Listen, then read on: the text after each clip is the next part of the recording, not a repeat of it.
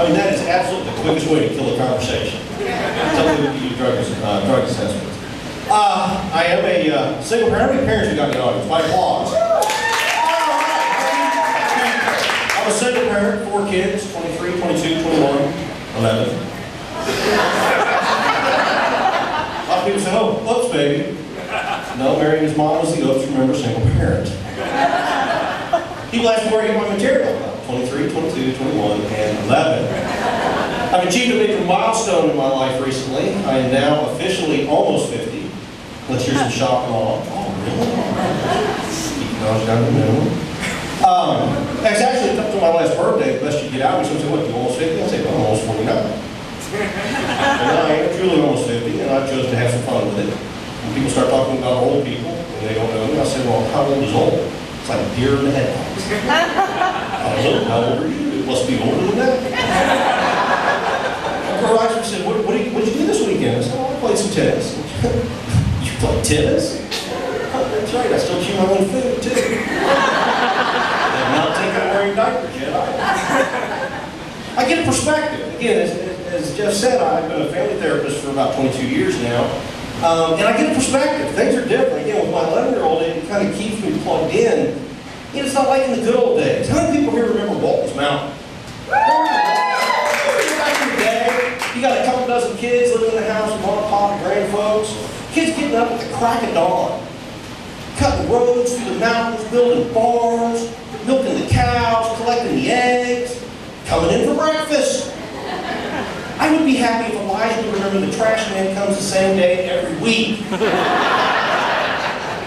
say, Elijah, you can take the trash out today. Oh, is that today?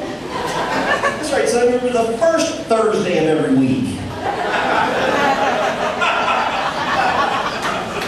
I took him over to his mom's house the other day to pick something. I don't remember what it was, and the trash can rocked by the street. I was getting one of the gas. Elijah, take the trash cans back to the back for your mom. He looked at me like I was Abraham asking Isaac to get up on the altar. Does my mom really want me to do that? Folks, I am almost 50, and I've never asked that kind of question of my father. Give you a little insight. My father, Sergeant Cox, 27-year career Marine, 2 tours, Vietnam. John Wayne, looked like a Girl Scout.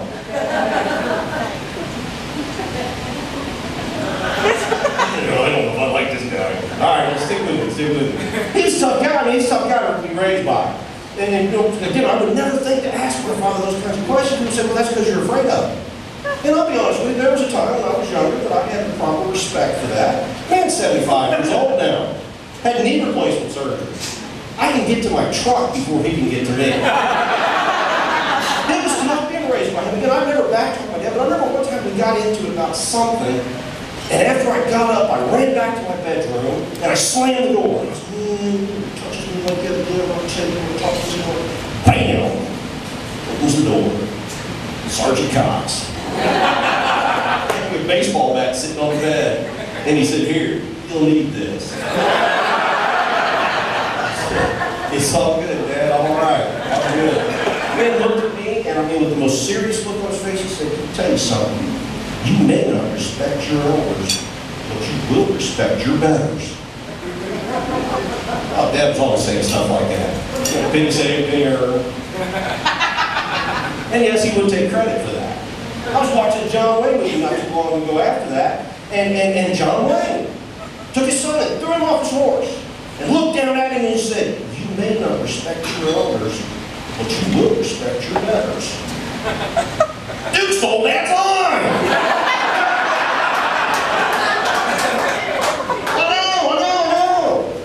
But things are different now. Times different. Money. I gave Elijah $20 to go to a Reds game. Tell me with that. What do you think? Is that pretty good? Get what you want, get what you want. You don't have to keep coming back to that. Well, looks at me and says, well, what if I need more? That's what he mean. He says, what if I want to get something that costs more than $20? I said, get a job. I remember my dad sent me off with a family for a weekend on $5. $5. We didn't make it out of the first McDonald's and that money was gone. The family was having like a telephone for me. I come home and I said, Dad, man, times have changed. $5 $5 just at $5? I can eat for a week on $5. You'll eat tree bark. School's different. Elijah just got out of the 5th grade, going into 6th grade. Let's hear it for Elijah. Who's smarter than a 5th grader? It was touch and go there for a minute. It was tough. But school's different. Oh my gosh, I remember when he was just a little guy in the early grades in elementary, helping him with his math homework. I can make 2 + 2 = 5. Okay, for the record, I passed the 2nd grade the first time. I said, Elijah, no, honey, 2 + 2 is not equal 5. Oh, Dad, 2 + 2 = 5. I said, Elijah, 2 + 2 = 4. Oh, wow. He looks at me and says, Dad, we're estimating. When I was a kid, they called that guessing. We were going to a parent-teacher conference with his mom. We're asking him, how much help do we give him when it comes to doing the grammar and the spelling and the punctuation? And the teacher says, oh, I don't want to be nitpicky. It's not good for their self-esteem. They obviously hadn't invented self-esteem when I was a kid. I mean, it was ridicule and humiliation. That's how they taught us. Look at Tony Cox, he'll probably be sleeping when opportunity knocks. It's difficult. Again, as a family therapist, I remember, and I'm a big John Wayne fan. Anybody John Wayne fans out there? I had a group of young boys who had no male figures in their lives. And I asked them, I had a movie I was going to show, I showed them Hondo, John Wayne's Hondo. And their assignment was, what does John Wayne say it means to be a man? What does it take for him to be a man? Well, looked up and means, John Wayne Bobbitt? Oh, I felt so old and I was much younger back then. But it's different, you know, it's about that self-esteem thing. How do you build that self-esteem? And it's tough. And his mom called me up on Friday. I was picking him up after school, and she says, you gotta go and get him a webcam. Anybody know what a webcam is? I didn't have a flipping clue. My first clue should have been when we had to go to the Hallmark store to get it.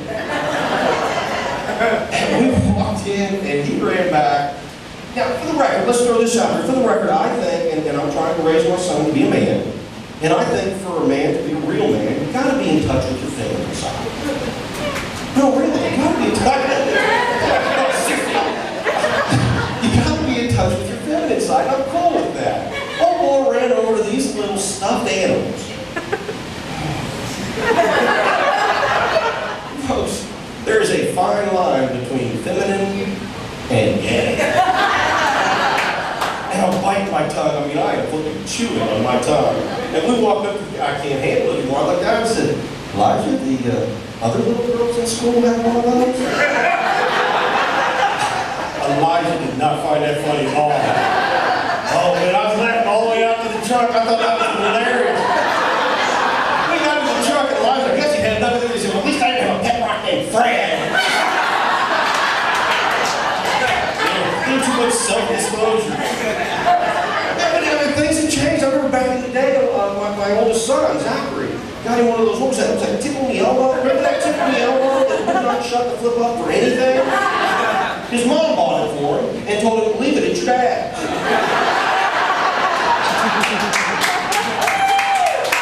He's over at his mom's for the weekend, and I can't get the stupid thing to shut up. I call him up, I say, Zach, help me, son. What do I do? You gotta tickle him, you gotta talk to him, you gotta stick something in his mouth. Screw that noise. I took the batteries out, he's still up in the closet. And not a peep. Elderly parents, anybody? My father, God love him, Sergeant Cox.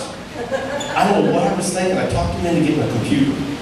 Well, because you gotta be connected, you gotta be on the internet, right? So I talked him into getting a computer.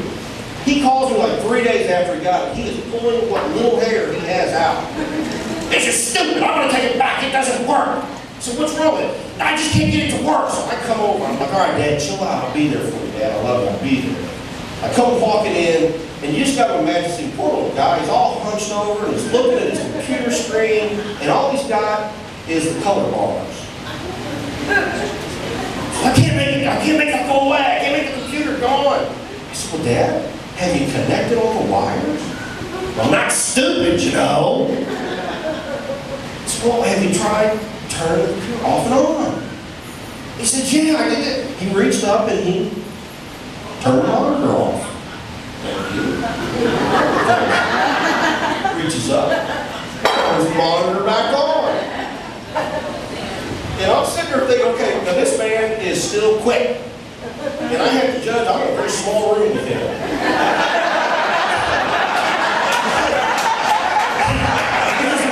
Remember, I'm not stupid. So I reach over and I turn the computer on and ran out of the room.